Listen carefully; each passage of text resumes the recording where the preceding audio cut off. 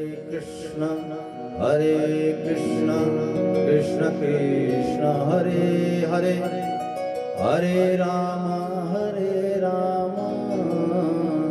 राम राम हरे हरे।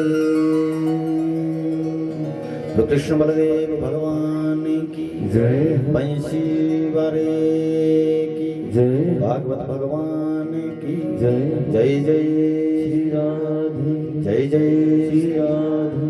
जय जय श्री राधे श्याम। इस प्रकार से मेरे बालकृष्ण प्रभु की अपार अनुकंपा, इस साप्ताहिक यात्रा का आज पंचम उत्सव प्रारंभ हुआ और भगवान ने इतनी बड़ी कृपा हम पर की कि निर्विघ्नता पूर्वक हमारा यज्ञ जो हमें प्रेरणा दी, यजमानों के माध्यम से, भक्तों के माध्यम से प्रभु ने प्रेरणा देते हुए निर्विघ्नता पूर्वक ये यात्रा सुखपूर्वक निकल रही है। इसमें सभी लोगों का समान रूप से सहयोग ये यजमानों के पुरुषार्थों का फल है और उनके पितरों का आशीर्वाद लोगों पे है और ईश्वर की अपार कृपा और देवता गणेश जी की अपार कृपा हुई कि निर्विघ्नता पूर्वक हमारा यज्ञ सफलता की ओर अग्रसर है। कल तक आपने कथा का श्रवण किया कि किस प्रकार से भगवान ने, मेरे बालकृष्ण प्रभु ने ब्रजमंडल में अवतार लिया और मां देवकी के गर्भ से उपस्थित होकर के संसार का जो दुख है उस दुख की निवृत्ति के लिए, दुष्टों के समापन के लिए और धर्म की स्थापना के लिए संभवामि युगे युगे परित्राणाय साधुनां विनाशाय च दुष्कृतां, जो सामने पोस्टर में भी लिखा है, परित्राणाय साधुनां विनाशाय च दुष्कृतां। साधु की संगति के लिए, साधु के हृदय में भक्ति प्रदान करने के लिए, ध्यान दीजिएगा, साधु भगवा पहन करके नहीं होता, जो भगवा पहनता वही साधु नहीं होता। अगर आप भक्ति करते हैं, अपना धर्म का मार्ग पकड़ते हैं, माता पिता की सेवा करते हैं, सनातन की सेवा करते हैं, तो आप सूट और पैंट पहनने में भी आप साधु ही हैं, ऐसा कहते हैं। और जिस व्यक्ति के हृदय में हमेशा दूसरों पे दया का भाव है वो भी साधु है। वो तो एक चोला है मेरे परमात्मा का, उस पे खरा उतरने के लिए तो बहुत तपस्या करनी पड़ती है, इसलिए गृहस्थी साधु सबसे बड़ा साधु बताया गया है। जैसे जनक जी महाराज गृहस्थ के साधु जनक जी महाराज को बताया गया है। गृहस्थ धर्म का निरूपण अगर किसी से सीखना है तो जनक जी से सीखना है।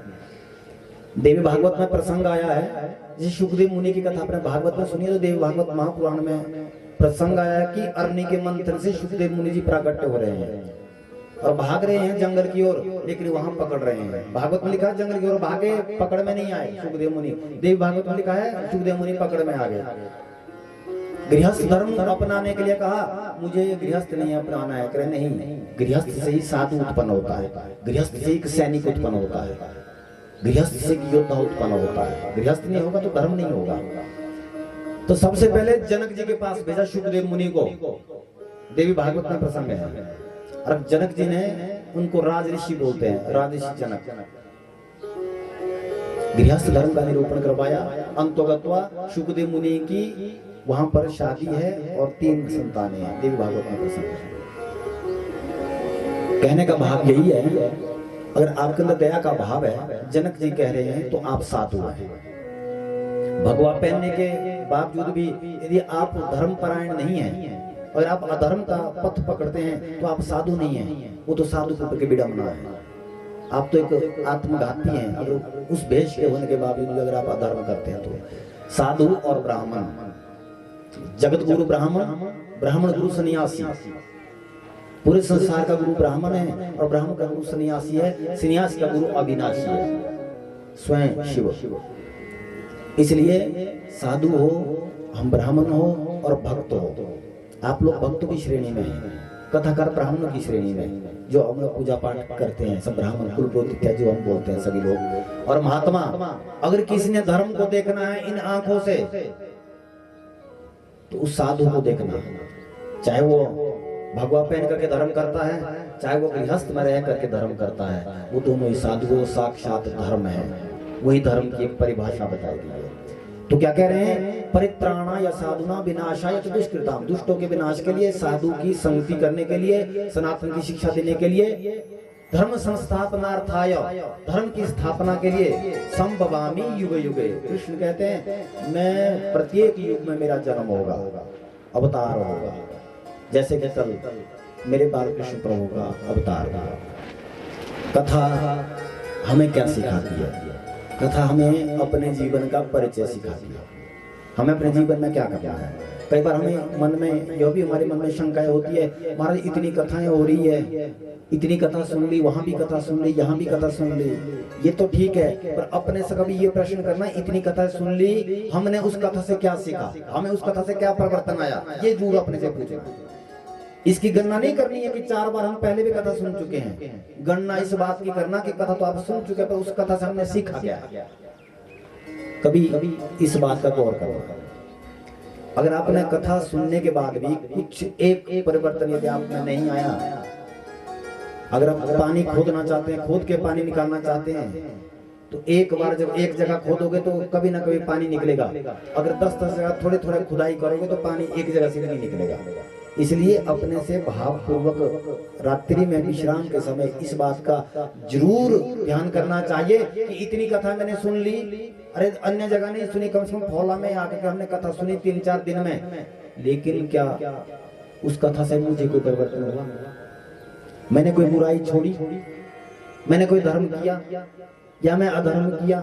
अगर आप इसकी गणना करते हैं, कोई एक बुराई छोड़ जाते हैं, तो ये पक्का कन्फर्म है, कथा आपके जीवन में परिवर्तन करेगी और कथा के माध्यम से कृष्ण तुम्हें जरूर मिलेंगे, ये कन्फर्म है। अगर समय और सिर्फ हम समय का व्यतीत करेंगे, 3-4 घंटे निकालेंगे, तो वो कुछ नहीं करेगा। सुनने मात्र से, ध्यान दीजिएगा, सुनने मात्र से कल्याण नहीं होगा। अगर सुनने से कल्याण होता, जिस साउंड की पेटियां तो कब तक गई होती, इन पत्नी कितनी कथा सुन ली है, ये माइक पत्नी कितनी बार कितने कथाकारों के मुंह के आगे ये कितनी बार लगाए होंगे, कितनी बार कथा सुनी होगी, ये तो कब परमात्मा के पास जा चुके होंगे। इसका मतलब ये है कि इनमें इतनी बुद्धि नहीं है, इनमें बुद्धि है ही नहीं, इंद्र जीव है, इसमें जीव नहीं है, जीवात्मा नहीं है। हम जीवात्मा प्राणी, ध्यान देना, हम जो प्राणी हैं, हमें बुद्धि है, हमें कथा सुननी है, हमें क्या करना है क्या नहीं करना है। जानवरों को कथा सुनने की आवश्यकता नहीं पड़ती, हाँ? जानवरों को कथा सुनने की आवश्यकता नहीं पड़ती। सुना आपने कभी जानवरों को कथा सुनते हुए? बोलिए, जोर से बोलेंगे, नहीं सुना ना कभी भी। वृक्ष को कभी अपने कथा सुनते हुए सुना? नहीं सुना। मनुष्य को कथा सुनने की आवश्यकता क्यों पड़ी? क्योंकि सबसे ज्यादा नियम कोई भंग करता है, सबसे ज्यादा उपद्रव कोई संसार में करता है, तो वो मनुष्य करता है। कुत्ते का भी अपना नियम है, गौ का भी अपना नियम है, वृक्ष का भी अपना नियम है, सूर्य के भी अपना नियम है। अपने समय से आएंगे, ऋतु के अनुसार अपने समय से अस्त होंगे, ऋतुओं का भी अपना नियम है। क्या मनुष्य का कोई नियम है? हाँ जी, कोई नियम है? कोई नियम नहीं। मन क्या पिता कोई गाली दे दी, हाँ? मन क्या सो लिया, मन क्या झगड़ा कर लिया। मनुष्य स्वतंत्र होने के बाद भी अपना नियम भंग करता है। इसलिए जानवरों से बदतर स्थिति उसकी है जो व्यक्ति धर्मपरायण नहीं होता। इसलिए कथा की आवश्यकता सिर्फ मनुष्य को पड़ती है। बात ठीक है? अगर हम सुधरे होते ना तो हमें भी कथा की आवश्यकता ना पड़ती। हम जानवरों को बैठ के कथा सुनाते कि भाई जानवर सुधरे, जानवर तो हमसे सुधरे हुए हैं, हम नहीं सुधरे हैं, हमने अपने नियम को भंग किया है। इसलिए कथा हमें क्या सिखाती है? हमें जीना सिखाती है, हमें मरना सिखाती है, हमें अपने जीवन में क्या करना है ये सिखाया। और कृष्ण ने कल अवतार लेकर के यही सिखाया है कि हमें क्या करना चाहिए।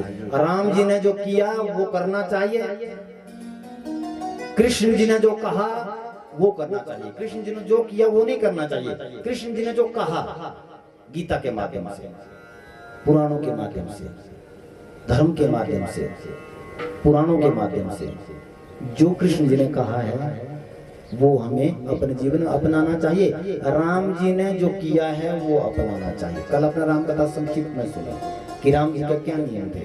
माता पिता की सेवा, धर्म की सेवा, कभी असत्य का मार्ग नहीं पकड़ना, जहां भी धर्म हो वहां पर अपनी पूरी हाजिरी, ये राम जी करते थे। और कृष्ण जी ने तो गीता में स्पष्ट कहा है, सर्वधर्मान परित्यज्य मामेकम शरणम व्रज। जो सभी धर्मों को त्याग करके सिर्फ एक मेरी शरण में आता है, उसको मैं अभय प्रदान करता हूँ। क्या मतलब? सभी धर्म, ये जो श्लोक है, ये जो शब्द हैं, ये कलिकाल के लिए कहे हैं भगवान ने, उस त्रेता युग के लिए नहीं कहे हैं, क्योंकि उस समय धर्म एक था, वो था सनातन। अब तो अनेकों धर्म पनपेंगे, अपने स्वार्थ के लिए नया धर्म व्यक्ति पैदा कर देगा। इस कारण से भगवान ने बोला है कलिकाल के प्राणियों के लिए, ऐसा कहा है कलिकाल के प्राणियों के लिए कि कृष्ण की जो भक्ति करेगा, राम की जो भक्ति करेगा, कथा का जो आश्रय लेगा, उस व्यक्ति को मैं प्राप्त होऊंगा। और जो दूसरे धर्म में यदि भटक गया व्यक्ति, उसको तो हमेशा ही अधोगति प्राप्त होगी। इसलिए सर्वधर्मान परित्यज्य मामेकम शरणं व्रज, सिर्फ मेरा एक आश्रय बच जाएगा, बाकी किसी का कोई आश्रय नहीं बच जाएगा। एक अधर्मी साधु था, उसने सनातन को तोड़ने की बड़ी कोशिश की, धर्म को तोड़ने की बहुत कोशिश की। वो बोलता है कि अरे तुम्हारे हिंदुओं में, तुम्हारे सनातनी में बोलते कि तुम्हारा देवता एक है। कह रहे हाँ एक है। ऐसे बिठा दिए जो बेचारे बिल्कुल अनजान थे, अनभिज्ञ थे। जो अधर्मी लोग हैं वो उन लोगों पर अत्याचार करते हैं जो बेचारे अज्ञानी होते हैं। ध्यान देना। उस साधु ने क्या कर दिया, गांव में जाकर सब गांव वाले एकत्रित किए। इकट्ठा करने के बाद कहा तुम ये बताओ, तुम्हारा देवता एक है कि भगवान तुम्हारा एक ही है कि अनेक है? सबने बोला कि हमने तो यही सुना कि भगवान एक ही है। अरे ध्यान लगाओ। कह रहे कि गणेश जी का ध्यान लगाओ। गणेश जी का ध्यान लगाया, क्या देखा, हाथी का सिर है, सूंड लगी है।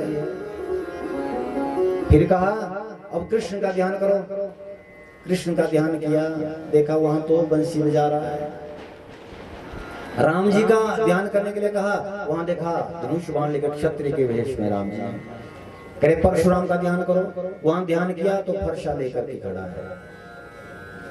अंत में जाके कहा दुर्गा जी का ध्यान करो। दुर्गा जी का ध्यान किया, क्या देखा, दुर्गा जी का ध्यान करते हुए अष्टादश भुजाधारी, जिसमें शंख चक्र गदा पद्म खप्पर इत्यादि धारण किए हैं, मुंडों की माला धारण किए हैं। भोलेनाथ का कहा उनका आप ध्यान करें, देखा जटाजूटधारी, सर्पों के हार पहने हुए, हाथ में त्रिशूल धारण किए हुए हैं। अब वो अधर्मी साधु क्या बोल रहा हूँ गांव वालों को, अब बोलो तुम्हारा भगवान एक है कि अनेक है?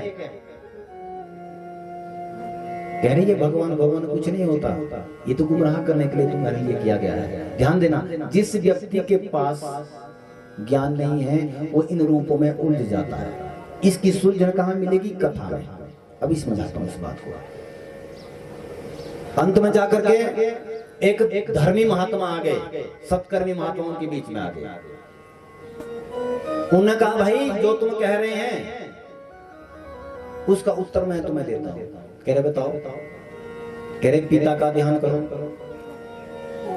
पिता का ध्यान किया, अब बताओ पिता कितने नजर आ रहे हैं? हाँ? एक आदमी के कितने पिता हो सकते हैं? एक ही हो सकता है, कोई चार पिता थोड़ी होंगे। सबने अब अपना ध्यान किया, अब अपने पिता का ध्यान किया तो सबको अब अपने पिता ही नजर आए।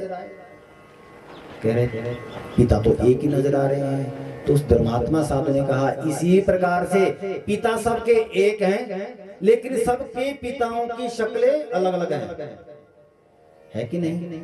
जैसे मेरे पिता की शक्ल वैसे तुम्हारे पिता की थोड़ी हो सकती, ये तुम्हारे पिता की शक्ल वैसे मेरे पिता की शक्ल थोड़ी है। तो पिता मेरे भी एक हैं, आपके भी एक हैं। कह रहे उसी प्रकार से भक्त के भाव अनुसार, भक्त की भावना को रखने के लिए भगवान ने वैसे ही अनेक रूप बना दिए, लेकिन पिता तो सबका एक ही है। वो तो उस व्यक्ति की अपनी इच्छा है। जिस व्यक्ति को त्याग की भावना है वो भोलेनाथ का पूजन करे, उसमें कोई भेद नहीं है। जिस व्यक्ति को श्रृंगार की भावना है कि मैं बढ़िया सुंदर दिखूं, सुंदर लगूं, श्रृंगार कर, मैं श्रृंगार करूं परमात्मा का, या तो माता जी का पूजन करे वो, या कृष्ण जी का पूजन करे। मर्यादित में रहने की किसी को आदत तो राम जी का पूजन करे। राम जी कहते हैं, सनातन में कहते हैं, भगवान कहते हैं मैंने एक के ही अनेकों रूप कर दिए, जो जिसकी जो सी इच्छा है मुझे ही प्राप्त करना है। यहाँ से यदि आपको बदराश जाना है, चाहे आप यहाँ से बाय रोड जाएं तो भी बदराश पहुंचोगे, या आप पुल पार करके सामने वाले रोड से जाएं तो भी आपको बदराश ही पहुंचना है। उसी प्रकार से राम जी का पूजन करो, कृष्ण जी का पूजन करो, वो आपकी अपनी इच्छा है। मिठाई की दुकान में अनेकों प्रकार की मिठाइयां हैं, उसमें सिर्फ रंग का भेद है। बर्फी भी कई प्रकार कई रंग की बन सकती है, लड्डू भी कई रंग के बन सकते हैं। अगर देखा जाए कुछ लोग लड्डू नहीं खाते, कुछ लोग बर्फी नहीं खाते, कुछ लोग गुलाब जामुन नहीं खाते, तो भाई अपने स्वाद अनुसार तुम खाओ। अगर देखा जाए तो मुंह ही मीठा करना है, बाकी कुछ नहीं है। उसमें मिठाई में बनने वाला जो चीनी है वो भी वही है, सिर्फ रंग का फर्क उसमें हो गया। उसी प्रकार से इसमें भेद नहीं करना चाहिए।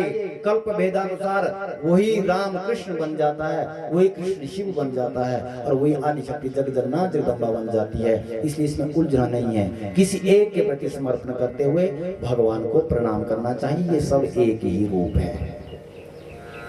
किसी व्यक्ति को हार पसंद है सोने का, किस व्यक्ति को अंगूठी पहनना पसंद है, किस व्यक्ति को कड़ा पहनना पसंद है। अब नाम कितने हो गए, हार, कड़ा, अंगूठी। अगर असली चीज देखे ना वो हार है, ना वो कड़ा है, ना अंगूठी है, वो है सोना। क्या है वो? सोना। उसमें अंगूठी की कीमत नहीं, उसमें सोने की कीमत लगेगी। कितना वजन है? हार की कीमत नहीं लगेगी, उसमें उस सोने की कीमत लगेगी, कितना वजन है। उस प्रकार से भक्ति के भाव अनुसार भगवान की किस रूप का पूजते हैं, भगवान आपको वही मिलेंगे, वही जो आप चाहते हैं। आकाशात परितम तोयम यथा गच्छति सागरम सर्वदेव नमस्कारम केशवम प्रति गच्छति। आकाश से एक एक बूंद धरती पर गिरती है, और हमारे यहाँ आंगन से होते हुए वो छोटे से नाले में जाती है, वही बूंद इकट्ठे होकर के फिर खड्ड में जाती है, खड्ड का पानी सतलुज में जाता है, सतलुज बहते बहते समुद्र तक जाती है। उस प्रकार से किसी भी देवता को किया गया प्रणाम केशवम प्रति गच्छति। यदि देवता गणेश जी को आप प्रणाम करते हैं तो वो प्रणाम उस पानी की बूंद की तरह से समुद्र तक पहुंचती है। उस प्रकार से किसी भी देवता को किया गया पूजन, उनको किया गया प्रणाम, वह मेरे ठाकुर जी तक पहुंचता है, मेरे कन्हैया तक पहुंचता है। ऐसा कहा। समझ आ गया? जोर से बोलेंगे। मुंह नहीं खोलना है, उपासी के लिए मुंह नहीं खोलना है। हाँ जी और ना जी आपको दूर करनी है, ताकि ऐसा लगे कि आपको समझ आ रहा है। और कल कन्हैया ने लीला के अंतर्गत जितने ब्रजवासी हैं सभी गोकुल में एकत्रित हो रहे हैं, और सभी आ करके सभी लोग दर्शन कर रहे कन्हैया का, और नंदरानी यशोदा को बधाई दे रहे हैं। मेरे साथ बधाई देंगे आप यशोदा जी को और नंद बाबा को। पहले मैं बोलूंगा फिर आप बोलेंगे। नंद बाबा बधाई हो। इसका मतलब आप नहीं मानते नंद बाबा को। चलो एक काम करते हैं, जितनी भी मातृशक्ति बैठी है ना वो बधाई देंगी यशोदा मैया को।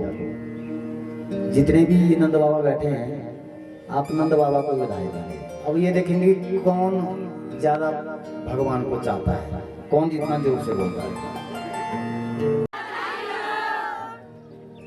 अब आपकी बारी। सब पानी पानी पी लीजिए। नंद बाबा बधाई हो, नंद बाबा बधाई हो।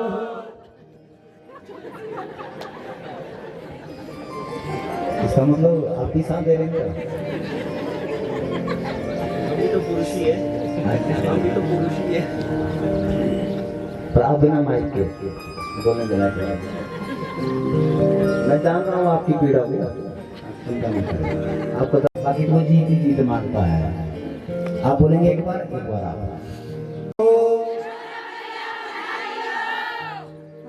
अब आप बोलेंगे नंद बाबा बधाई हो। कौन जीता? हाथ खड़ा करके जीत। जो वैसे भागवत भगवान की जय। सुखदेव जी सुना रहे हैं, परीक्षित को कह रहे हैं, राजन नंद रानी के यहाँ पर लाला के दर्शन करने के लिए आ रही है। एक बेचारी बिल्कुल बुजुर्ग सी, गांव में अगर किसने कहा ना, क्योंकि वो दिव्य कोई साधारण बालक नहीं, दिव्य पुरुष यहाँ पे नंद बाबा के यहाँ बालक का जन्म हुआ है, सभी दौड़े आ रहे हैं, दौड़े दौड़े आ रहे हैं। बेचारी एक गांव में एक वृद्ध सी थी, बुजुर्ग सी माता थी, वो चल नहीं सकती, से जा रही थी। सब गोपियां लहंगा पहन करके, कनेर के पुष्प कानों में लगा करके, हाथों में फूल के, ब्रजवासी ग्वाल बाल गोपियां सभी जा रही है दर्शन करने के लिए। वो बुजुर्ग सी कहती है, वो माता कहती है, भाई कहाँ जा रही हो, क्या हो रहा है? कह रहे नंद बाबा के यहाँ लाला का जन्म हुआ है। अच्छा, मुझे भी जाना है। कह रहे तुमने आज तक बच्चे नहीं देखे किसी के? कह रहे बच्चे तो देखे हैं, पर मैं सुनने में आ रहा है कि वो बालक हमने आज तक ने एक बार देखे तो समझो देखता ही रहे। कृष्ण का स्वरूप ही ऐसा है। देवी भागवत में वर्णन आया है, कृष्ण है आत्मा। कृष्ण क्या है? जोर से बोलेंगे। आप सब चीज का त्याग कर सकते, लेकिन आप आत्मा का त्याग नहीं कर सकते। अपने शरीर का त्याग आप कर सकते हैं, जहर खा के मर भी सकते हैं, शरीर छोड़ दिया। झगड़ा हो गया घर में, आप अपने परिवार से अलग हो सकते हैं, लेकिन आप कभी अपने आत्मा से अलग नहीं हो सकते। आत्मा से अलग होने की हमारे हाथ में है ही नहीं है। इसी प्रकार से देवी भागवत में वर्णन आया है कि कृष्ण तो सबकी आत्मा है। सबसे ज्यादा आकर्षण किसी व्यक्ति को होता है तो वो अपनी आत्मा से होता है। हम आप सब लोग यहाँ पर बैठे हैं, गलती से यदि 5-7 शेर आ जाए, बराग आ जाए गूंजते हुए, आप ये नहीं बोलेंगे कि आचार्य जी बेचारे आए हैं, आप अपने हिसाब से भागेंगे। सबसे पहले तो करिए, बाद में देखेंगे कथा कुथा, पहले हम तो निकले। होगा ऐसा कि नहीं होगा? वो आपको अपने शरीर का भय नहीं है, वो उस आत्मा का प्रेम है। आप आत्मा को नहीं मारना देना चाह रहे हैं। बस तो आत्मा मरती नहीं है ना, जन्म लेती है, तो हमने सुना भी है, लेकिन वो भय किसका है? शरीर का भय नहीं। शरीर तो मरेगा ही मरेगा। बराग से छूट गए तो मृत्यु से थोड़ी छूटोगे, मृत्यु तो शरीर को ले जाएगी। लेकिन वो भय किसका है? वो भय है आत्मा का। वो आत्मा है कृष्ण।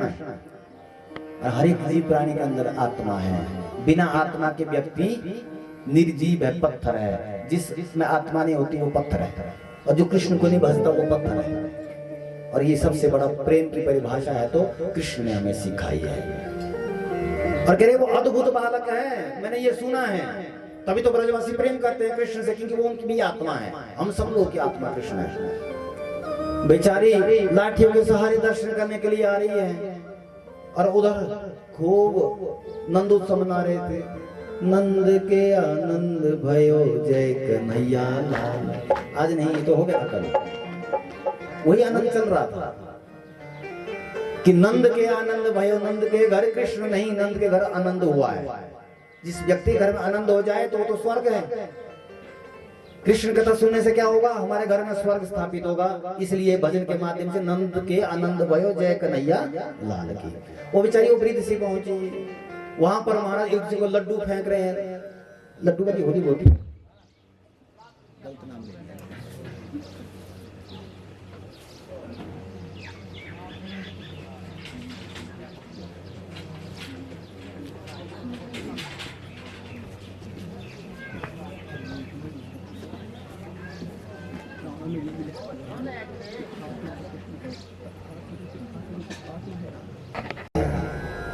की इच्छा मत रख। एक महात्मा में वृंदावन में मिले थे, उन्होंने कहा कि कृष्ण को देखने की इच्छा मन में मत रख। करे क्यों? करे गलती से कृष्ण तुम्हें मिल गया, तुम कृष्ण के हो जाओगे, तुम दुनिया के देखने के काबिल नहीं रहोगे।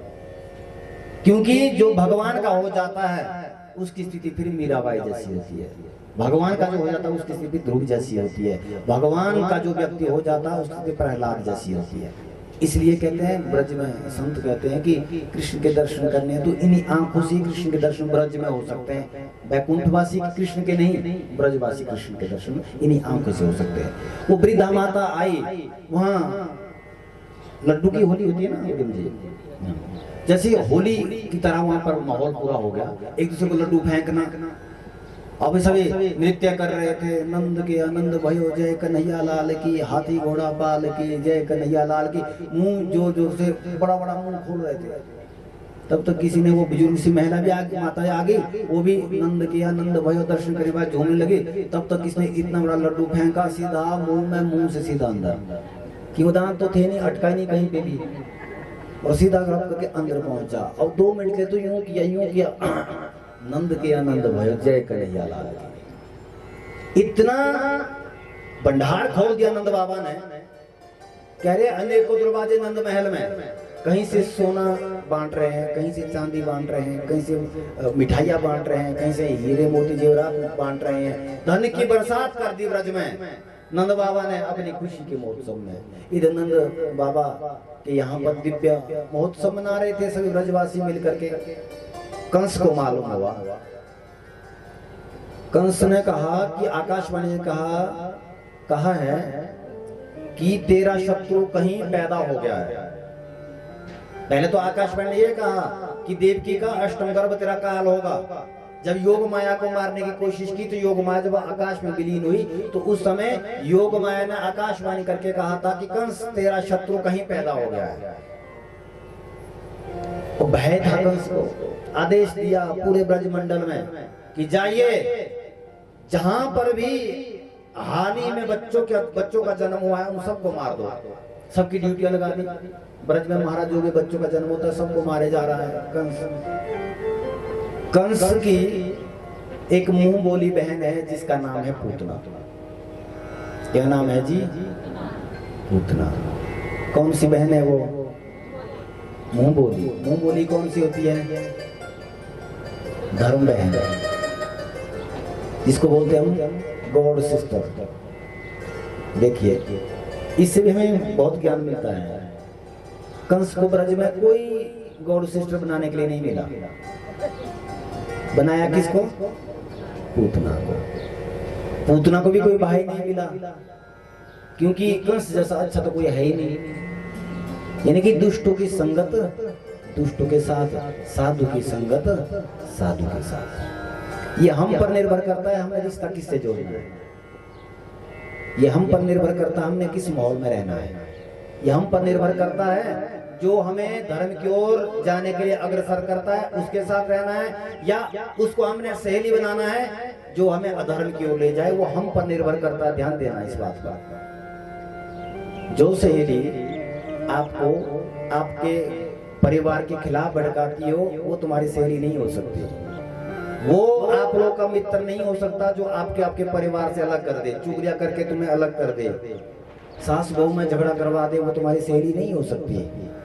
सहेली आपकी वो हो सकती है जो आपके घर को टूटने से बचाए। वही सहेली है, वही बहन है, वही भाई है। कहा भैया मेरा क्या काम है, मैं मार देती हूँ। मैंने सुना है नंद के यहाँ भी बालक का जन्म हुआ है। कह रहे जाओ बहना हो तो तुम्हारी जैसी। अब देखो वास्तव में ये बकासुर की बहन है, इसका नाम बकी है। एक साधु मिले थे, हमने कहा इसका नाम बकी क्यों पड़ा? कह ये बकवास करती है इसलिए बकी है। ठीक है गुरु जी। कह रहे जा रही है, सबसे पहले श्रृंगार किया। पूतना ने सबसे पहले श्रृंगार किया। कैसा श्रृंगार किया? वास्तव में भगवान क्या कहते हैं? भगवान कहते हैं जैसा मैंने तुम्हें बनाया है, जैसा रंग रूप मैंने तुम्हें दिया है, जैसा परिस्थिति मैंने तुम्हें बनाई है, उसी रंग रूप के अनुसार ये तुम मुझे पूजता है भजता है तो मैं तुम्हें अवश्य मिल जाऊंगा। पर बनावटीपन मेरे लेकर के मेरे पास मत आना। भगवान इस बात को कह रहे हैं। पूतना का जो वास्तव में देह है बिल्कुल काला, विकराल रूप, लाल लाल आंखें, असली रूप पूतना का ऐसा है। लेकिन भगवान को मारने के लिए जा रही है, सबसे पहले उसने सुंदर रूप बनाया, श्रृंगार किया। वैसे मैं पूतना का श्रृंगार का वर्णन करूं तो माताएं बुरा मानेगी, इसलिए मैं श्रृंगार का वर्णन नहीं करूंगा। करूं?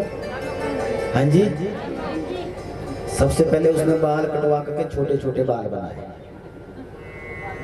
हाँ जी। कभी भी माताओं को बालों में कैंची नहीं लगानी चाहिए। हाँ जी, समझ गई? क्योंकि माताओं के बालों में ही ब्रह्म तेज रहता है। ब्रह्म तुल्य तेज मां के बालों में रहता है।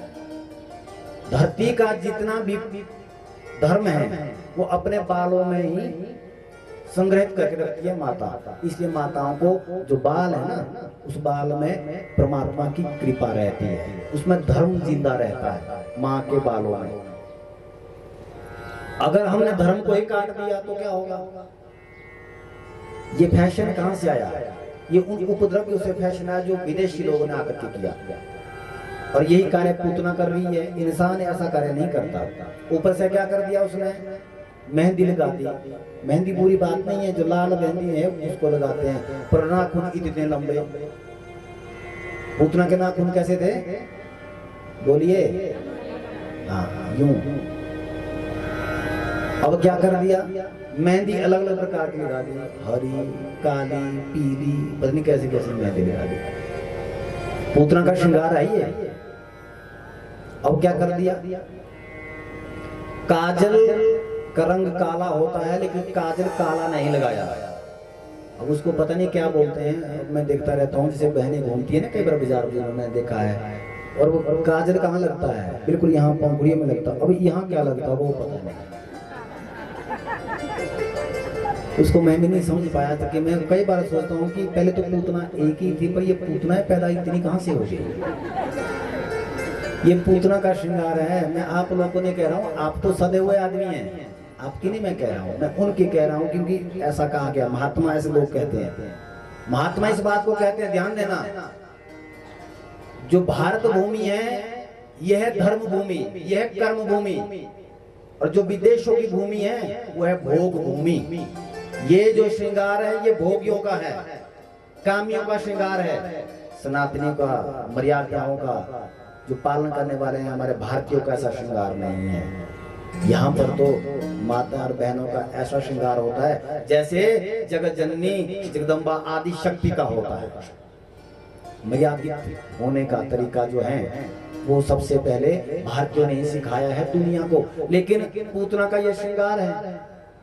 कहते हैं जो ऐसा करते हैं, जो ऐसा श्रृंगार करता है उसका धर्म भ्रष्ट होता है, ऐसा कहते हैं साधु लोग। और पुरुषों के लिए भी, पुरुषों का भी बता दें। हाँ जी, ये ना बताएं, बता दें। आपने अश्वत्थामा की कथा सुनी, जिसने पांडवों के 5 पुत्रों को मारा, 5 पुत्रों को मारा। फिर उस व्यक्ति को निर्लज्ज होकर भगाया गया। सबसे पहले उसके कपड़े फाड़े गए। क्या किया गया, अपने बच्चे को फटी हुई पैंट ना पहनाए, वो अश्वत्थामा का प्रतीक है। और उसके बाल कटवाए गए। कैसे, जैसे बाप मरने के बाद बाल कटाते हैं ना हरिद्वार में या घर में, बस ऐसे। पता नहीं यहाँ से बाल काट रहा है, इधर से बाल काट रहा है, ऊपर को बाल काट रहा है। ये कौन सा तरीका है भाई? ये तरीका अश्वत्थामा का है। किसका है जी? उस व्यक्ति का धर्म भ्रष्ट हो जाता है जो ऐसा कार्य करता है। और जो व्यक्ति फटे हुए कपड़े पहनता है, पहले व्यक्ति के पास कपड़े नहीं होते थे, फिर भी कपड़ों को सिला करके पहनते थे। अब तो कपड़े हैं महाराज, फटी हुई पैंट के 3-3 हजार की कीमत है। मैं कह रहा फटे हुए कपड़े की 3 हजार की कीमत है।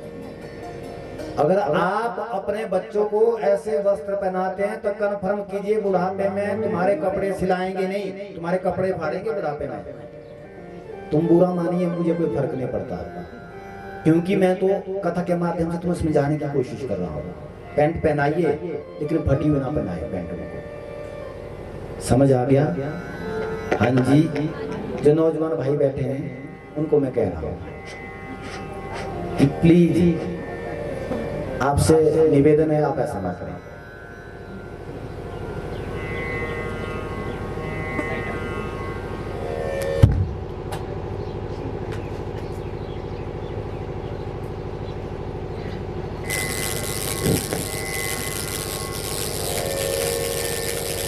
भक्त वत्सल भगवान की जय। सुखदेव जी कह रहे हैं जैसे ही पूतना जा रही है श्रृंगार करके, सुंदर स्त्री का रूप धारण करते हुए, देवी का रूप धारण करके सीधा गोकुल पहुंचा। क्या देखा, वहां तो लाइन लगी है महाराज नंद के यहाँ कृष्ण के दर्शन के लिए लाइन लगी है। अब लाइन में खड़ी होगी पूतना भी। सभी लोग देख रहे हैं कि इसने बड़ा सुंदर श्रृंगार किया है, ये कौन हो सकती है। सभी यशोदा मैया को राधे राधे कह के बोल रही है कि मैया आपको बधाई हो, आपके यहाँ इतनी वृद्धावस्था में बालक हुआ है। कह रहे हैं हाँ, सब आप लोग की दया है, सब भगवान की कृपा है। यूं कहती रही है। आते आते महाराज पूतना भी पहुंच गई। पूतना ने भी राम सलाम की कि बहना मैं आई हूँ दर्शन करने। यूं देखा बहन भी बोल रही है, पता नहीं कौन सी जन्म की बहन होगी, कहाँ से आई होगी, लेकिन बेचारी दर्शन करने के लिए लाइन में खड़ी है। जा बहना तू भी दर्शन कर ले। अब अंदर कक्ष में गई। कक्ष में क्या देखा, जैसे पर्दा हटाया कक्ष का, क्योंकि एक एक आदमी वहां दर्शन करने के लिए जा रहा है। भगवान पलने में है। जैसे देखा, भगवान ने देखा कि पूतना आ गई है, तुरंत अपनी आंखें बंद कर दी। भगवान ने क्या कर दी, अपनी आंखें बंद कर दी। 1 मिनट में जैसे भगवान के दर्शन हुए, पूतना का मन परिवर्तित हो गया एक क्षण के लिए। इतना सुंदर बालक आज तक कभी दर्शन नहीं हुए, इसको मारने से क्या लाभ होगा, बेचारा इतना सुंदर। ऐसा क्यों हो रहा है पूतना के साथ? क्योंकि परमात्मा सामने है। कथा में भी ऐसा होता है, जब कथा पूरी तरह से हमारे दिल तक पहुंचती है, एक मन हमारा परिवर्तित हो जाता है कि नहीं, ये बिल्कुल सत्य बात है, हमें धर्म अपनाना चाहिए।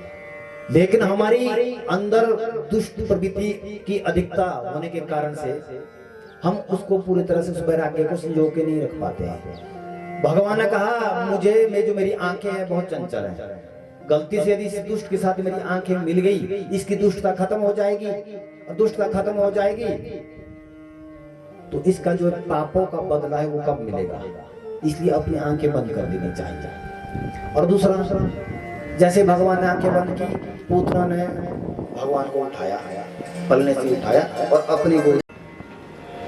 अब दोनों ही अपने आंगन में टहल रहे हैं। भगवान बड़े हो गए, आयु होगी 4 वर्ष की। भगवान की आयु 4 वर्ष की। अपने बाल सखाओं के साथ मिल करके वो सभी वहां पर आंगन में खेल कूद करते से बच्चे करते हैं ना। अब अपने छोटे बच्चे सभी एकत्रित होकर के भगवान भी ऐसी अपनी लीला कर रहे हैं। भगवान ने सोचा, इन लीलाओं के साथ साथ मेरे कुछ कर्तव्य भी हैं, मुझे अपने कर्तव्य भी करने चाहिए। क्या कर्तव्य हैं जी? सबसे पहले मुझे माखन चोरी, माखन चोरा, मटकी तोड़ी। ऐसा क्यों किया भगवान ने? इसके पीछे कारण एक ही था, माखन चोरी के पीछे। भगवान कहते हैं, गौ माता देती है दूध, गौ उससे बनती है दही, और दही को फिर मंथन करने के बाद क्या निकलता है? घी। वो क्या है? दूध का सार घी है। दूध का सार क्या है? घी। समुद्र मंथन करने के बाद अमृत निकला, वो समुद्र का सार है। भगवान कहते हैं, मैं सार को ही ग्रहण करता हूं, भाव को ही ग्रहण करता हूं। भगवान कहते हैं, जो दूध का जो भाव है, दूध का जो रस है, दूध का जो सार है, मैं पा लेता हूं, ग्रहण कर लेता हूं, अगर आपका भाव श्रेष्ठ नहीं है आप। और दूसरी बात, जो गौ सेवा करता है खुद और वो घी खाएगा, उसी को ही घी। अगर आप खरीद के घी खाते हैं ना, उससे सेहत कभी नहीं बनेगी, उसे तो हार्ट बैठेगा। क्या होगा? हम तो रामपुर में रहते हैं, वहां तो गौ रखने की जगह नहीं है। अब हम तो शिमला में रहते हैं, वहां तो गौ रखने की जगह नहीं है। मत रखिए, मैं ये नहीं कह रहा हूँ। सुबह की रोटी गौ माता को निकालिए, और गौ का कर्तव्य ये नहीं कि सरकार की जिम्मेदारी बनती है, हम आप सब लोगों की जिम्मेदारी बनती है कि हम भी वहां पर जाकर के गौ सेवा करें। हाँ, मैं उन शराबियों से बोल, किसी को दोष देने से पहले धर्म करना जरूरी है। दोषों के प्रति श्रद्धावान रहेगा। जो व्यक्ति गौ के प्रति श्रद्धा नहीं रखेगा, उसको घी दूध से कभी सेहत नहीं बनेगी। डॉक्टर आके खुद तो बोलेंगे, घी भी मत खाना, दूध भी मत पीना, काली चाय पीना। अब तो चाय में भी दूध वर्जित हो गया। मिर्ची तो बिल्कुल मत खाना, मीठा भी मत खाना, शुगर बढ़ जाएगा। कल काल में मीठा बहुत कम लोगों को बचेगा, क्योंकि शुगर अधिकतर लोगों को रहेगा। इसलिए जो एक कड़वी बोली कथा की है, इसको हमेशा हृदयांकन करना चाहिए। आपके यहाँ घास बहुत होता है, इतने गांव वाले 2-2 बिंडे घास के लेकर के बदराश में छोड़ के आओ। हाँ, कुत्तों को तो खूब घुमाते हो गाड़ियों में। गौ के लिए घास का वो नहीं ले सकते आप? ले जा सकते हैं भाई। हाँ जी, मैं डाल करके गौशाला में छोड़ दी, इतना तो कर ही सकते हैं। अब कभी महीने में एक बार, जब आपके बच्चों का जन्मदिन हो, जन्म उत्सव हो, या कोई अन्य त्योहार हो, गुड़ और चना लेकर के गौ माता को अपने हाथ से खिलाओ। ऐसा तो कर ही सकते हैं। समझो कृष्ण तुम्हारी ओर आएगा, ये कन्फर्म है। गौ माता की जय करने से कुछ नहीं होने वाला है। जो आप पाल रहे हैं, ये युवास नाम का जानवर है, ये गौ नहीं है। ये अपने गौ कथा में भी अंतर में सुना होगा, इस पर मैं जरा जोर नहीं दूंगा। ये तो बीमारी पी रहे हैं हम, जो अब पी रहे हैं। इसलिए कोशिश करो गौ माता, यदि अपने भाई दूध का व्यापार है तो कीजिए, 2 गाय गौ माता यदि अपने 2 यदि अपने जर्सी गाय रखिए तो एक पूजा के लिए, धर्म के लिए, कृष्ण की प्राप्ति की आस के लिए एक देसी गौ माता भी अपने पास रखिए, कोई फर्क नहीं पड़ेगा, वो आशीर्वाद देके जाएगी। जिस व्यक्ति को एसिडिटी हो, खट्टे डकार आते हो, खाने के बाद अपच हो जाता है, ऊपर को वापिस होते हैं, जो खाना है पीना है ना वापिस होता है, मैं कंफर्म करके आपको गारंटी के साथ कह रहा हूँ, जो देसी गौ माता का गौमूत्र फिल्टर करके छान करके दैनिक पीता है, उसके जो खट्टे डकार आना बंद हो जाते हैं, लीवर को एकदम तंदुरुस्त करता है। ये प्रमाणित चीजें हैं। और गौ कथा जहां जहां हुई है वहां जो जो औषधियां बताई है, उन औषधियों के माध्यम से लोगों ने उसका अनुसरण किया और उसका 100% रिजल्ट उसका मिला है। तो इसलिए भगवान कहते हैं गौ के प्रति सच्चे भाव के कारण से ही मैंने माखन चोरी लीला की है। एक संत हुए हैं जिनका नाम हुआ माधवदास जी महाराज। माखन चोरी लीला के अंतर्गत कथा आती है, भागवत की कथा तो नहीं है, एक महात्मा जी ने मुझे सुनाई है। जगन्नाथपुरी में जब भगवान श्री कृष्ण बड़े हो गए थे, जगन्नाथपुरी में रहने लगे, वहां एक संत रहते थे जिनका नाम था माधवदास। माधवदास जी दैनिक भगवान से मिलते थे, हर रोज मिलते थे, बैठ के बातें करते थे, कभी वृंदावन की अपनी लीला सुनाते थे, कभी मथुरा की लीला सुनाते थे, कहीं ना कहीं की लीला वो सुनाते रहते थे। एक दिन की बात है, भगवान बिल्कुल मायूस होके बैठे महाराज, वो भगवान के साथ हर रोज मिलते थे, एक दिन भगवान बड़े मायूस थे, कैसे बैठे हैं जैसे कोई चिंता हो रही है। माधवदास ने कहा भगवान आप ऐसे क्यों बैठे हैं? कह रहे बचपन की आदत है, बड़े तक नहीं जाती है। भगवान कह रहे हैं बचपन की आदत है वो बड़े तक नहीं जाती है। कह रहे क्या मतलब कन्हैया? कह रहे मतलब यही है कि मुझे मेरा मन चोरी करने को कह रहा है। क्या करने को बोल रहा है जी? चोरी करने को। माधवदास ने बोला वो तो बचपन था, बाल्यकाल था, अब चोरी करोगे इतनी बड़ी आयु में? कह रहे हाँ मेरा मन चोरी करने को कह रहा है, पर करे क्या? ब्रजवासी ग्वाल बाल तो ब्रज में रह गए, अब यहाँ चोरी करने के लिए कोई रहा नहीं। माधवदास ने कहा मैं कुछ कर सकता हूँ आपके लिए, कोई सेवा मेरी तरफ से। कहा अगर आप सेवा करोगे तो मेरे साथ चोरी कर लो।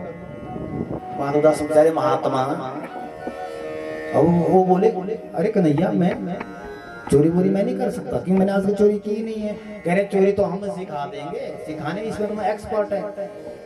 अच्छा कह रहे ठीक है। एक राजा का बहुत बड़ा बगीचा था वहां पर जगन्नाथपुरी में, और कटहल का बगीचा। कभी जगन्नाथपुरी जाए तो उस बगीचे के दर्शन जरूर करना, कोई मन गणत कथा नहीं है, सच्ची कथा है। कटहल का बगीचा था। अब वो कह रहे हैं कौन? कन्हैया कह रहे हैं माधवदास को महात्मा बेचारे, ऊपर से पटका बांध रखा है, धोती ऊपर से भी धोती लपेट रखी है, और चोरी करने जा रहे हैं कटहल के बगीचे में। जैसे बगीचे में पहुंचे, कन्हैया ने कहा चुपके से, आवाज नहीं करनी है। वो तो संत है बेचारे, उनको क्या पता चोरी कैसे होती है। अरे ठीक है। पहुंचे बगीचे में।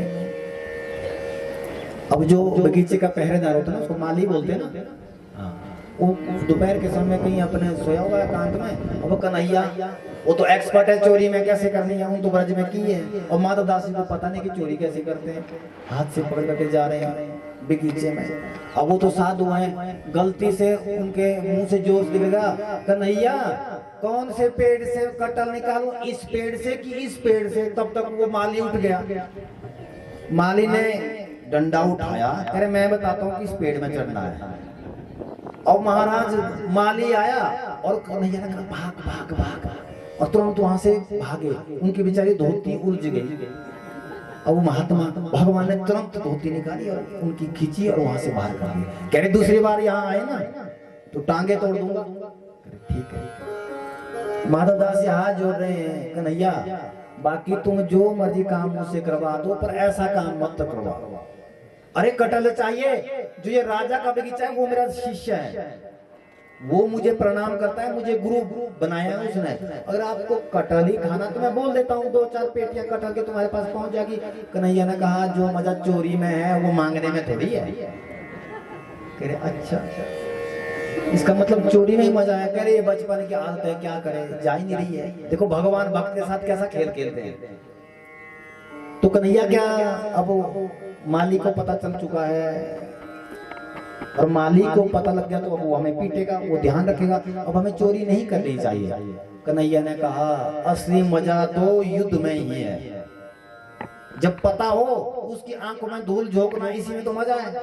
और किसी को ना पता हो वो चोरी थोड़ी होती है। आंखों के सामने, पुलिस के सामने ही बैंक को लूटना, यही तो एक ताकतवर व्यक्ति की पहचान है। चुपके से रात को दीवार खोद के चोरी कर ली, वो कोई चोरी थोड़ी है।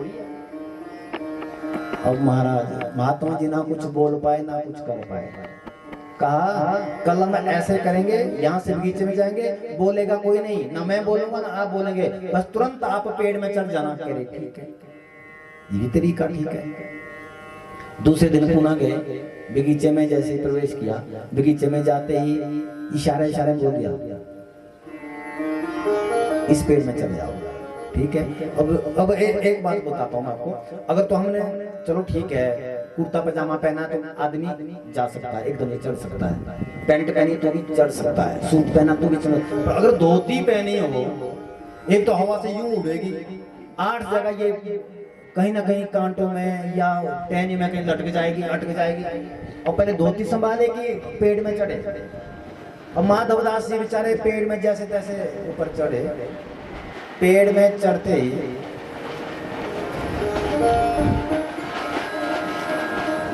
भक्त वत्सल भगवान की,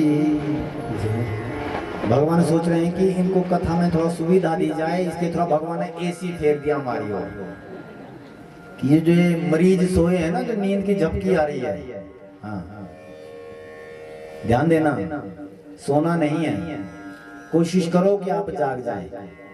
हाँ जी, कि कथा में तो इतना आनंद आता है ना, जैसे बाहर बर्फ लगी हो, 2-2 फुट बर्फ गिर चुकी हो, अंदर बढ़िया मोटी सी कंबल ली है, कंबल से ऊपर रजाई है, बाहर निकलने का मन ही नहीं कर रहा, समझो सोए रहे। ऐसा मन भी कथा में होता है, ऊपर से धूप लगती है कि बस सो जाएं, ऐसा ही मन होता है यहाँ पे कथा में, इसलिए जागते रहना चाहिए।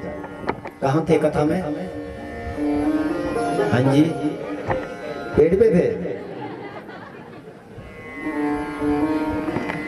हाँ, पेड़ पे यदि कथा सुनोगे ना, पेड़ में चढ़े, और महात्मा बेचारे उनको कभी लाग लपेट तो होती नहीं है, वो सीधे स्वभाव होते हैं। गलती से उनके मुंह से जोर से निकल गया, कन्हैया ये वाला कटल तोड़ूं कि ये वाला कटल तोड़ूं। नींद खुली माली की, कह रहे अब मैं बताता हूँ कि तेरे टांग तोड़ूं या बाजू तोड़ूं, वो मैं बताऊंगा। वो लाठी उठाई, अब महाराज दौड़ के आया, माली कन्हैया तो भाग गए, अब माधवदासी पेड़ में फंस गए। पेड़ से ना तो छलांग मार पा रहे हैं, उतने कोशिश की, तब तक हमारा धोती टहने में अटक गई। अब धोती खींचे तब तक आ गया। अब जो पिटाई की माधवदास की, इतनी पिटाई की, इतनी पिटाई की, माधवदास ने सोचा पूरी संगत का असर तो बुरा ही होता है। अब उतारा पेड़ से, पिटाई करते करते कन्हैया तो पता नहीं कहां पहुंच गए, पकड़ के ले गए सैनिक और राजा के दरबार में कह दिया। राजा तो अंदर बैठे हैं ना, पर्दे के अंदर राजा बैठे हैं। आवाज लगाई कि माधवदास हाजिर हो, क्योंकि बताया ना उसका केस बना है, किसने चोरी की है राजा के पीछे में। जैसे ही राजा ने कहा ये माधवदास कौन है, इसको हाजिर किया जाए। दरवाजा खोला, माधवदास से अंदर आए। ओहो, ये तो हमारे गुरुजी हैं। गुरुजी आपको, अरे आपने हमारे गुरुजी को बांध के क्यों रखा है? कह रहे इन्होंने चोरी की है। चोरी? क्या गुरुजी सच में आपने चोरी की है? कह रहे हाँ मैंने चोरी की है। महात्मा है ना, वो झूठ थोड़ी बोलेंगे। कह रहे हाँ गुरुजी आपने चोरी की क्या आवश्यकता पड़ गई? कह रहे मैंने अकेले चोरी नहीं की है। अकेले चोरी नहीं की तो किसने चोरी की? कह रहे चोरी की संगत में पड़ गया था, वो संगत का असर मेरे दिमाग में हो गया, इसलिए मैंने भी चोरी कर दी। पर कौन था वो चोर बताओ गुरुजी, उसको मैं कभी भी नहीं बख्शूंगा, कभी माफ नहीं करूंगा, उसको मैं दंड दूंगा। माधवदास ने कहा वो कोई चोर नहीं है, वो नामी चोर था, जिस चोर को दुनिया जानती है। एक चोर तो किसी क्षेत्र में होता है, एरिया में होता है, एक देश में होता है। वो ऐसा चोर है जो पूरी दुनिया में सबसे बड़ा चोर है। अरे कौन चोर था? करे वो चोर नहीं था, वो सबसे बड़ा चोर माखन चोर कृष्ण था, वो कन्हैया था। इतना बोलते ही राजा के आंसू आ गए। अरे भगवान ने मेरे बगीचे का भोग लगाया, मेरे कटहल का भोग लगाया, अरे इससे बड़ा धन्य और इतना सुंदर कृपा भगवान मुझ पे कब करेंगे, इतने बड़ा अनुग्रह कब करेंगे। अरे स्वयं आके कन्हैया ने भोग लगाया है मेरे लिए, तो ये बहुत बड़ी हर्ष की बात है। मेरा तो इस जीवन ही पूरी तरह से कृष्णमय हो गया है। मैं तो सफल मानता हूं अपने जीवन को कि कन्हैया ने भोग लगाया है। तुरंत कहा अपने मंत्री को, लाओ जितना ये पूरा बगीचा है माधवदास और द्वारकाधीश के नाम से बगीचा कर दिया जाए। और पूरा लिख करके आज भी वो बगीचा माधवदास और कृष्ण के नाम से वहां पर है। कभी जगन्नाथपुरी जाना तो जाना। माधवदास ही दूसरे दिन मिले, कन्हैया ने कहा कैसी रही। दूसरे दिन कन्हैया मिल गए, कह रहे कैसी रही, वो तो मेरी पीठ जानती है कैसी रही। कन्हैया ने कहा तुमने मुझ पे भरोसा किया, तुमने मुझे अपना माना, तुमने मुझे मित्र माना, देख मैंने तुम पर क्या कृपा कर दी। कहे क्या कृपा कर दी, हम कहाँ एक कटहल मांग के खाते राजा से, हाँ कोई भोग लगा के एक कटहल हमें देता। तुझ पे जो मेरे ऊपर अनुग्रह करता है, यानी मेरे ऊपर जो भरोसा करता है, आज मैंने वो भरोसा जो तुमने मुझे किया, तेरे भरोसे को रखते हुए मैंने पूरा बगीचा ही तेरे नाम कर दिया है। ये कृष्ण की भक्ति है, ये कृष्ण का भाव है। इसलिए चोरी के पीछे भगवान का ये मतलब था, ये मकसद था कि हम सार को ग्रहण करें, धर्म को ग्रहण करें, तभी भगवान की कृपा के पात्र हम बन सकते हैं। भक्त वत्सल भगवान की।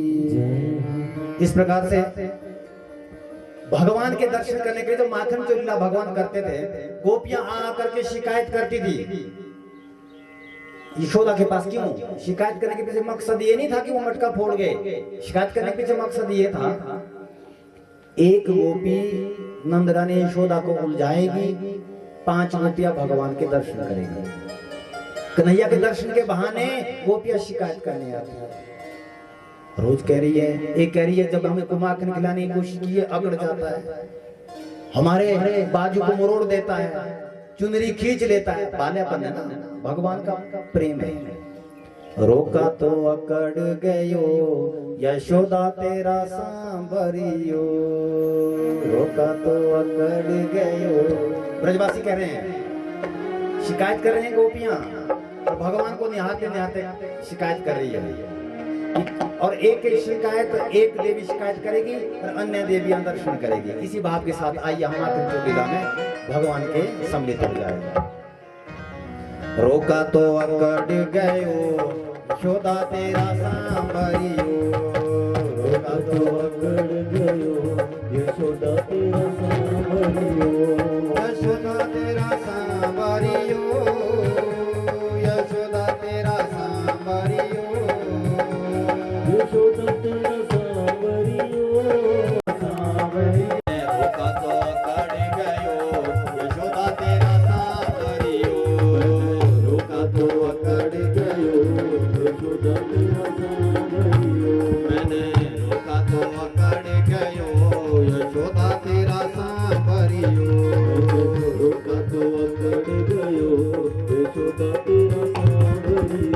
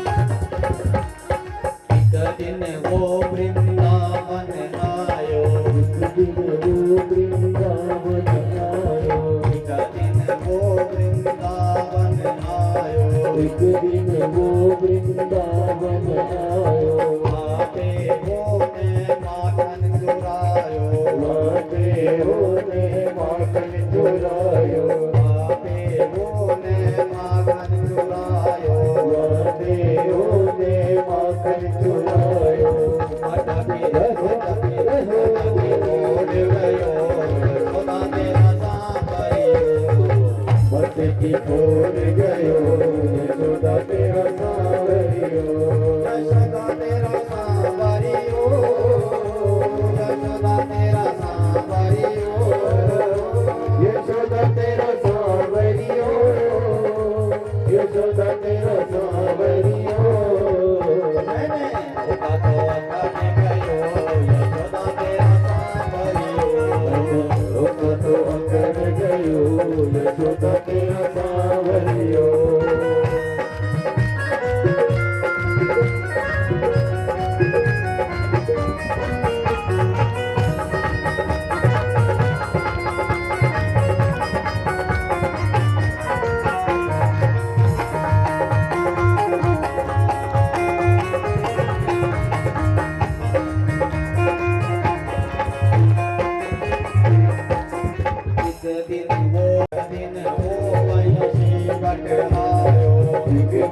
हो बंसी बजायो आपे होने बंसी बजायो आपे होने बंसी बजायो आपे होने बंसी बजायो आपे होने बंसी बजायो अखियां रहो अखियां रहो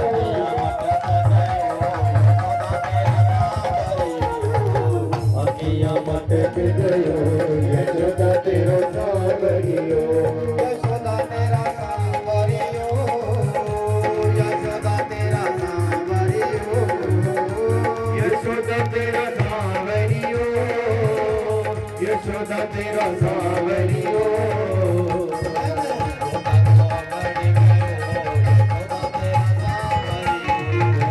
रोका तो अकड़ गयो यशोदा तेरा सावरियो साधु की सेवा हर वो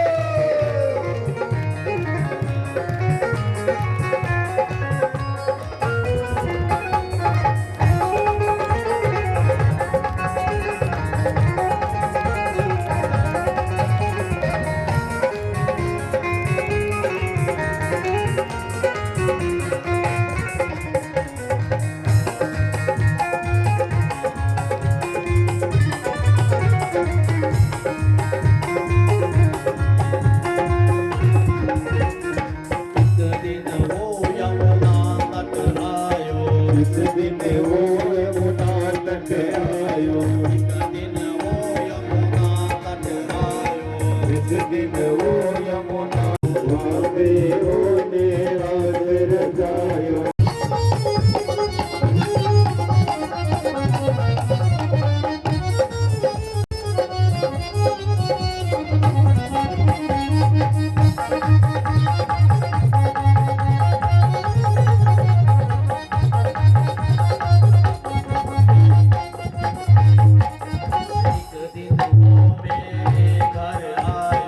एक दिन वो मेरे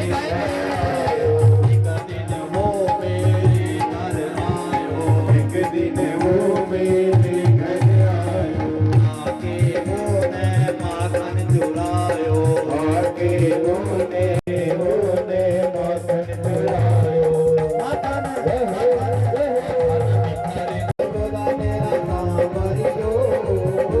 यशोदा तेरा सावरियो यशोदा तेरा सावरियो रोका तो अकड़ गयो यशोदा तेरा सावरियो रोका तो अकड़ गयो यशोदा तेरा सावरियो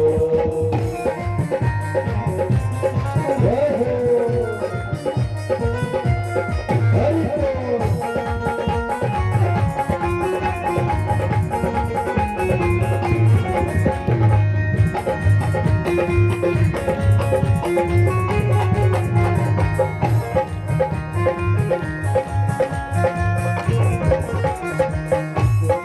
दिन वो यमुना तट आयो एक दिन वो यमुना तट आयो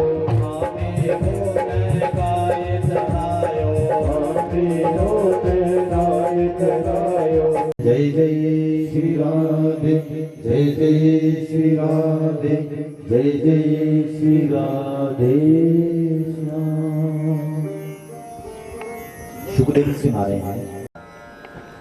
दोनों 56 प्रकार के भोग लगा रहे थे। क्या लगा रहे थे जी? 56 प्रकार के भोग। जो व्यक्ति वृंदावन में जाकर के 56 प्रकार के भोग भगवान को लगाता है, कह रहे हैं इस जन्म के जितने भी पाप है उनके सब समाप्त हो जाते हैं। और जी आज भी तो 56 प्रकार के भोग लगते हैं ना ठाकुर जी को। और 56 प्रकार के भोग वहाँ बनते हैं, प्रसादी बनती है। उसके चढ़ाने से कहते हैं कि एक बार यदि आपने 56 प्रकार का भोग भगवान को लगा दिया तो 56 यज्ञ 56 महामृत्युंजय यज्ञ आपने कर दिया, इतना बड़ा पुण्य मिलता है। तो हम कोशिश करेंगे सभी लोग इस बार जब वृंदावन जाएंगे, कोशिश हम है कि जो शास्त्रों में लिखी हुई बातें हैं उन सब चीजों का हम अनुसरण करते हुए एक बहुत बड़ा पुण्य हम कमाए वृंदावन में। उसकी परिपाटी ऐसे बनाएंगे, एक तो आपने जल्दबाजी नहीं करना, आप समय निकाल के चलना घर से। तो यहाँ पर 56 प्रकार के भोग की व्यवस्था बना रहे हैं नंद बाबा यशोदा मैया। कन्हैया आ रहे हैं, कहा मैया ये 56 प्रकार का भोग क्यों बना रहे हैं? 56 प्रकार का भोग इसलिए बना रही हूँ कन्हैया क्योंकि हर साल दीपावली के अवसर पर इंद्र का पूजन होता है, वो प्रसन्न हो जाता है तो बारिश होती है। भगवान ने कहा मैया इस बार इंद्र का पूजन नहीं, हम अपने स्थानीय देवता का पूजन करेंगे। स्थानीय देवता का पूजन करें, हाँ जब तक स्थानीय देवता की कृपा नहीं होगी तब तक परमात्मा की कृपा नहीं होती है। स्थानीय देवता कौन है भाई? क्षेत्र का देवता कौन है? कह रहे वो है गिरिराज। ध्यान देना, जो आपके स्थानीय देवता हैं, जो आपके इष्ट देवता हैं, जब उनकी कृपा होती है तभी आपको भगवान की कृपा होती है। ये देवता गणेश जी है ना जी, इनकी जब कृपा होती है तब जाकर के ऐसे सत्कर्म आपके घर में होते हैं, ये कन्फर्म है। जब इनकी कृपा नहीं होगी तो गणेश जी कन्हैया कहेंगे कन्हैया हे प्रभु इसका भाग्य भी नहीं है, इसका मन पवित्र नहीं है, इसके घर में भी यज्ञ नहीं होगा। तो कन्हैया क्योंकि ये क्या है, भगवान इनकी जल्दी सुनते हैं, देवताओं की भगवान जल्दी सुनते हैं। हमारी शायद थोड़ा लेट भी सुन ले लेकिन देवताओं की जल्दी सुनते, क्योंकि उनके भजन में 24 घंटे रहते हैं। इनमें बच्चे थोड़ी पालने होते हैं देवताओं ने, इन्हें कोई सेब थोड़ी तोड़ने हैं, इनको टेंशन थोड़ी रहती है कि इस बार मान लो ओला आ गया जी, हाँ बरसात नहीं हुई, इनको इसकी टेंशन नहीं रहती। तो हम आप लोगों को रहती है क्योंकि हम भजन संसार का करते हैं, भगवान का काम करते हैं। इसलिए भगवान क्या कह रहे हैं कि हमें स्थानीय देवता का पूजन करना चाहिए। कौन है वो? गिरिराज गोवर्धन है। ठीक है, सब ब्रजवासियों ने 56 प्रकार के भोग लगाए। समस्त ब्रजवासियों को कहा कि चलो इस बार हम इंद्र का पूजन छोड़ करके गिरिराज का पूजन करेंगे। वृंदावन से चले और गिरिराज लगभग गोवर्धन लगभग 40 किलोमीटर 35 से 40 किलोमीटर की दूरी पर है। इस बार गोवर्धन गए थे, हाँ जो वृंदावन गए थे वो गोवर्धन भी गए थे। अगली बार के लिए हम कोशिश ये करेंगे, जो इस बार तो सब दर्शन हुए हैं, अगली बार हम कोशिश ये करेंगे गिरिराज के संपूर्ण परिक्रमा हम लगाएंगे, पूरी परिक्रमा। जो नहीं चल पाता है, जिसकी कोई समस्या है तो उसको हम गाड़ियों में परिक्रमा करेंगे, बिल्कुल प्रेम पूर्वक पूरे दर्शन करेंगे। जो चल फिर सकता है, जो नौजवान है या चलने में सक्षम है, वहाँ की जो परिक्रमा है वो पूरी परिक्रमा हम अपनी टांगों के द्वारा भजन करते करते, इस बार की व्यवस्था थोड़ा अलग करेंगे ताकि भजन करते करते हम पूरे गिरिराज की हम परिक्रमा करें। जैसे गिरिराज पे पहुंचे, स्नान करने की कोशिश की ब्रजवासियों ने, लेकिन 7 कोस के गिरिराज को कैसे गीला किया जाए भाई? कैसे स्नान होगा इतने बड़े देवता का? 7 कोस यानी 21 किलोमीटर तक वो पर्वत है गिरिराज, वो देवता है। वो स्वयं कृष्ण बोलते हैं कि गिरिराज के रूप में मैं स्वयं हूं ब्रज में। तलहटी पर पहुंचे, स्नान करने के लिए कहा। भगवान ने अपने मन में गंगा जी का आह्वान किया, तत्क्षण उसकी तलहटी पर मानसी गंगा प्रकट हो गई। बोलो गंगा मैया की जैसे ही मानसी गंगा प्रकट हुई, सिंचित कर दिया पूरे गिरिराज महाराज का, पूरे गिरिराज को सिंचित कर दिया। कहते हैं जो व्यक्ति गिरिराज का इस कथा को सुनता है, जो व्यक्ति गिरिराज का पूजन अपने घर में करता है या वृंदावन में जाके पूजन करता है या गिरिराज की आरती करता है, अगर कई सालों से आपका कोई काम अटका हुआ है, उस काम की आप कामना जागृत करें अपने मन में, क्योंकि संसारी हम भगवान से मांग भी लेते हैं कई बार, और कोई अटका हुआ कार्य है, उस कार्य को संपन्न करने के लिए गिरिराज का स्तवन जो व्यक्ति करता है वो कार्य आपका निश्चित ही पूर्ण हो जाता है, ऐसा बोलते हैं ब्रज में। बहुत सारे लोग आज भी अपनी कामनाओं से लेकर के, किसके पास पुत्र नहीं है, किसके पास किसकी शादी नहीं हो रही है, किसी का घर नहीं बन रहा है, पैसा तो है लेकिन नहीं हो पा रहा है, तो लोग क्या करते हैं, बहुत स्पेशली जाकर के भगवान से मांग करके गिरिराज की तलहटी पर जाके परिक्रमा करते हैं और गिरिराज की कृपा उन पे हो भी जाती है। ऐसा हमने सुना है कि गिरिराज की पूर्णतः कृपा, क्योंकि साक्षात गिरिराज वहां पर विराजमान है। अब सभी लोग पहुंचे, स्नान हो गया मानसी गंगा के द्वारा, 56 प्रकार के भोग लगाए। भगवान ने सोचा कि साक्षात इनको दर्शन दिए जाए। कन्हैया ने हाथ में थाल उठाई, अपना एक स्वरूप थाल उठाने वाला है एक पुजारी के रूप में, और एक रूप अपना देवता की तरह बना दिया और पर्वत के ऊपर खड़े हो गए। ब्रजवासी कह रहे हैं, सभी लोग भगवान को भोग लगा रहे हैं गिरिराज महाराज को, तो भगवान अपने हाथों से ही भोग ले रहे हैं। क्यों? क्योंकि खिलाने वाले भी भगवान है और खाने वाले भी भगवान है। संपूर्ण भोग लगाया, अंत में जाकर के कहा ब्रजवासियों के पास भगवान ने भोग मेरे देवता ने लगा दिया है, स्नान कर दिया है। अब सबसे अंत में जाकर के दूध चढ़ाया गया। दूध चढ़ाने के बाद अब परिक्रमा लगाई जाएगी। जो गिरिराज की परिक्रमा लगाता है मन के माध्यम से, जो गिरिराज की परिक्रमा लगाता है, मन की कोई कामना हो वो अवश्य उसकी पूर्ण हो जाया करती है। गिरिराज महाराज की जय।